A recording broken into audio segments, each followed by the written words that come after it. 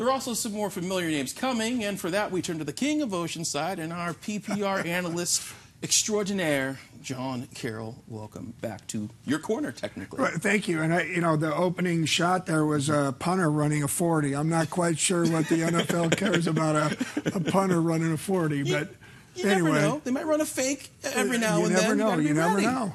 Hey, we saw one throwing the ball this year, so what the heck? Let it ride. That's what I say. Let it ride. You know, you've seen a lot of men prepare for this combine on your field. So what does it mean when you think back on those guys who have worked out from when they were freshmen to where they are now?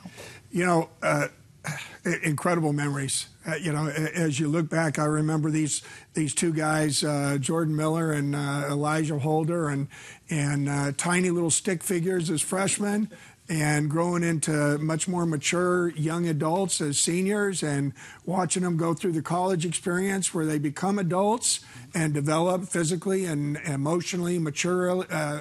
Maturation is you can see it developing, and then now as they're training through their agents in preparation for the combine, the amount of work, the amount of time, the amount of energy that they put into this right here that we're going to be watching over these next few days is incredible. It certainly is. And let's start by talking about the second of your twin pack. You have Elijah Holder, who's a corner, worked at Stanford. What does it mean when you look back?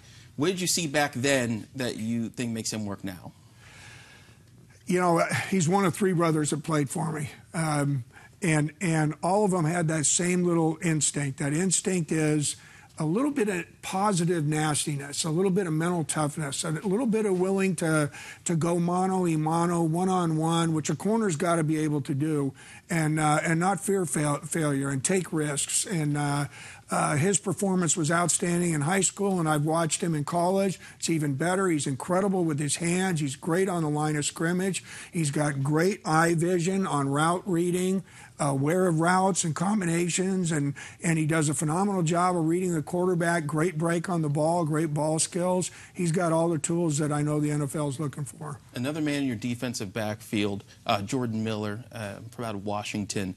What did you see from him that helped you get to that state championship with him? What has he got to prove this weekend? You know, he even more so has grown and physically developed, and he's continuing to do so as he puts on weight and he puts on strength.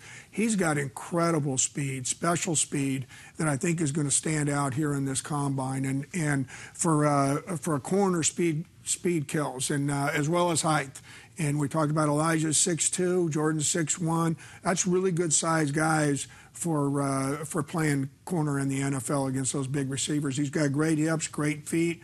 Great. He attacks the ball. He attacks the receiver. He lengthens himself to do it. Again, I think he's got all the skills and tools that they're looking for. The last local guy we saw him there, not one of your guys. He's a Santa Fe Christian Eagle. He's also a kicker. And I know you can talk about kickers and punters. I know it. When you were a coach, what are you looking for first? The heart, the mind, or the leg? You know, the first thing I'm going to look for is somebody that can coach them besides me, because generally kickers, you kind of you put them off to specialists, guys that'll go out and really know what they're doing and train them, and then you learn just enough as coaches enough to keep them on the straight and narrow and help them fix little tiny problems that they might have. But if you have the physical skills, it's like a great golfer. If you have the physical skills, it's going to be a mind game. And it's the psychology of the sport that's unique to that position, unlike any other position, I think, in sport other than golf. Now, you're connected with one of the signal callers that's working in Indy this weekend, a guy you got to see very well in your last game as a coach, and that's Jake Browning, who used to play at Folsom, and now he's at Washington. Did you see the skill set that NFL scouts see now? You know, I saw all of them that I could stand you saw more than enough. More than enough. He was outstanding as a senior. He really understands the game, well coached, and has all the fundamental skills and tools that you're looking for in a quarterback. He's got decent size. He's not that dual threat guy. He's going to be a pocket passer guy. He's got to have the great vision. He's got to be smart. Got to identify coverages and put offensive lines into protection schemes. And he'll learn all that, because I know he's a very, very bright, intelligent guy. I think he makes all the throws. I think I would be hoping that he can get a little bit more velocity on some of his intermediate throws. Real quickly, does it matter how big a quarterback's hands are? Everyone's freaking about Kyler Murray. He says, oh, his hand's 9 inches. We don't know. Does it matter? Does any of this matter? You know, I don't think anybody was measuring Joe Namath or Joe Montana's hands back in the day, or Johnny Unitas. So I don't know that it matters. Other than in the shotgun, you want guys with big enough hands to catch the ball and throw it without laces. But nothing's more important than feet for what he does, and his arm. And he's got a terrific arm. He's actually a pretty big, thick, strong guy too, as well. Yeah. And he's got great feet, great acceleration, great burst. Probably better than any quarterback, perhaps, that will have played in the NFL. Last thing, who do you want to see right back here in 2019 in Carroll's corner? Anyone you're particularly interested in?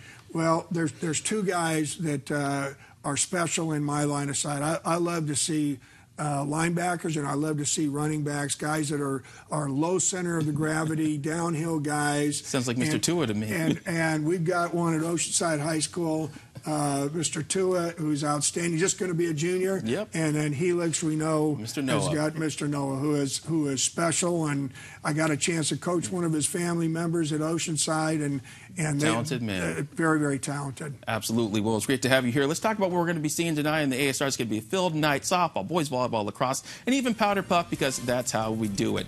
Anyways, great to have you here. KUSA News at 5, it's done. But how about the 6? You know what's coming next, so stay with us.